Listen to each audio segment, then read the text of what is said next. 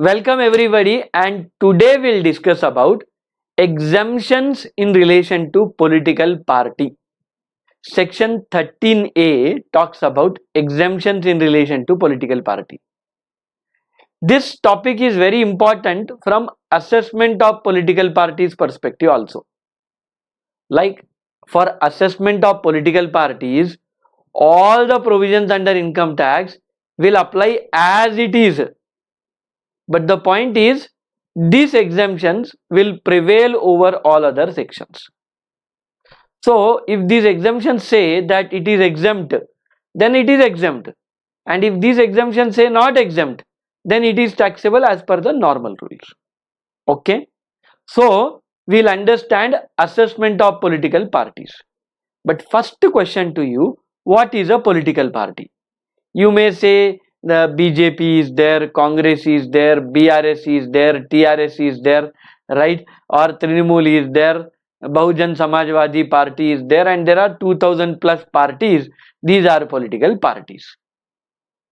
But if you go into law, you have to tell that a political party is a party which is registered under section 29A. Come on, what I said? Registered under section 29A of the Representations of People Act 1951. What I said? A political party is a political party registered under section 29A of the Representation of People's Act 1951. That's it. Now, you understood what is a political party. It will get so many exemptions, no problem at all. But to claim exemption, they should satisfy certain conditions, and there are totally 6 conditions. So one of the other I'll discuss all the conditions. So first condition, if political party has to maintain the books of accounts. Now political parties cannot tell, no, we did not maintain books of accounts. Nahi chalega. You have to compulsorily maintain books of accounts, right? And you should maintain books of accounts in such a way that if tomorrow assessing officer want, income tax assessing officer want to assess your income, he should be in a position to do so.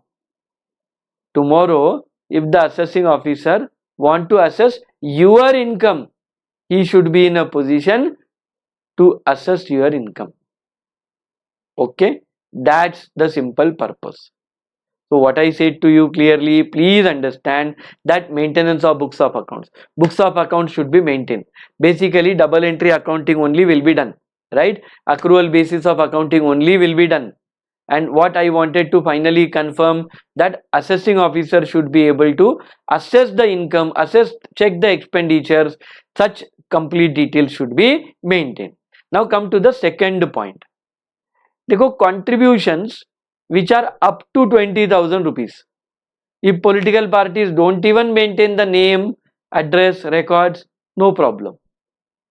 But if donation exceeds 20,000, right, 20,001 rupee or more, then definitely the political party should maintain the records of the donor, the name of the donor, the address of the donor, right? Even the mobile number of the donor, the email ID of the donor, all such details should be definitely maintained by the political parties. When? If the donor is contributing more than 20,000, in excess of 20,000 rupees. Clear? Second point. Come to the third point. Audit by a chartered accountant. Right? Third point says audit by a chartered accountant. A chartered accountant should compulsorily do the audit of a political party. Political party cannot say that we will not do the audit. No, we are political party leaders. Kaun chartered accountant audit karta? Na. CA should compulsorily do the audit. They cannot escape. Okay. Now, if political party really wants to get exemption, they should maintain books of accounts. They should maintain the record of all the donations with names, address of the donors. If the donation exceeds 20,000, they should get all the books of accounts audited by a CA. And suppose if they get cash donations, 1,000 rupees, 500 rupees, 2,000 also, if it in cash, no problem. But if the donation is 2,001 rupee also, then they should say QR code से दे दो ना भैया, UPI भी चलेगा, debit card, credit card also okay. So donation should be received through account pay check, through electronic mode, right?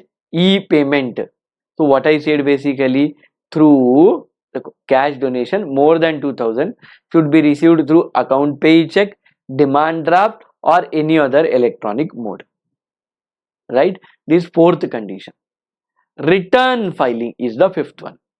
Now compulsorily political party should file returns, and not only just to file returns, file on time.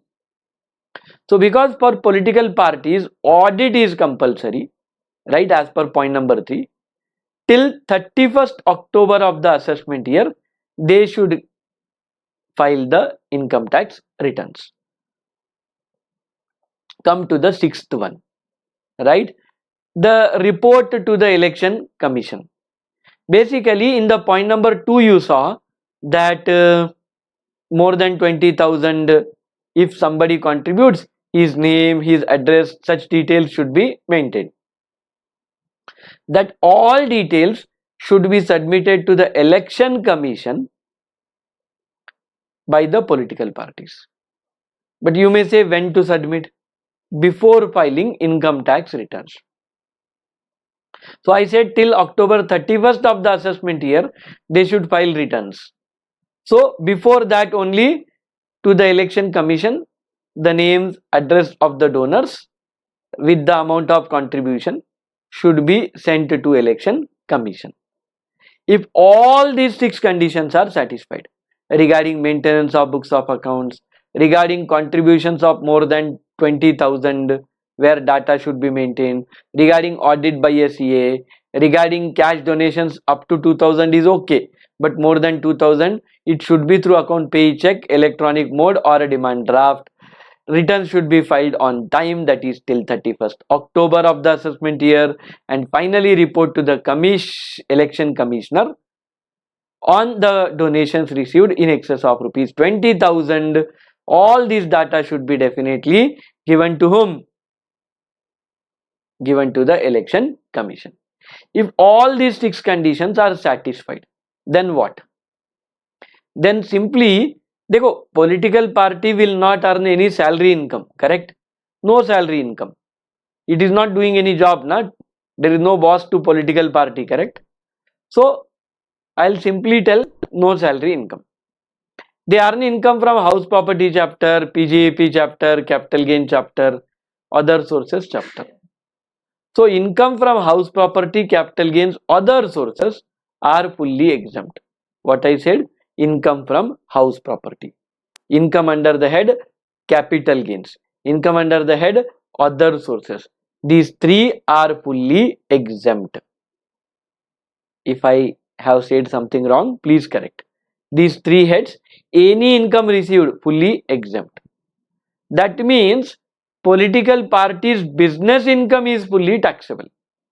Like you may see certain questions where they will tell that political party is running some tea stall where they are earning income, right?